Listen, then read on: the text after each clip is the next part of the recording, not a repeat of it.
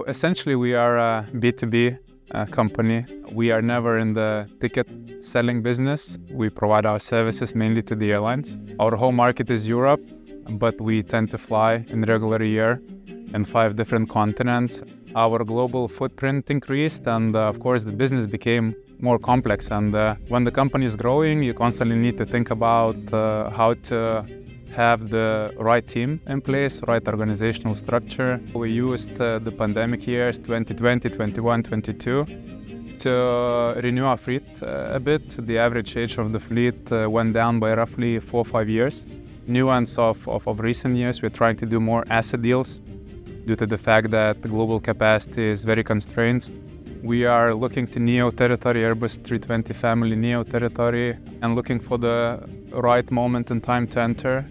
We are putting Americas region in focus quite a bit, especially South America, and I think we are reaching a tipping point in the Americas in terms of ACMI, because previously quite a lot of markets were quite closed for ACMI as a concept, as a business model. Efforts of the country and the local civil aviation authority, which is called ANAC, is towards fostering foreign investment, and we want to be part of that and really provide with our business model benefits, operational and financial benefits to the local airlines. Last year in our team of pilots we had 550 pilots approximately. Out of that, 120 was from continents of outside of Europe. Also, we are partnering with BA Training, which is a group entity as well, and with them we purchased a brand new Airbus A320 CEO Neo simulator.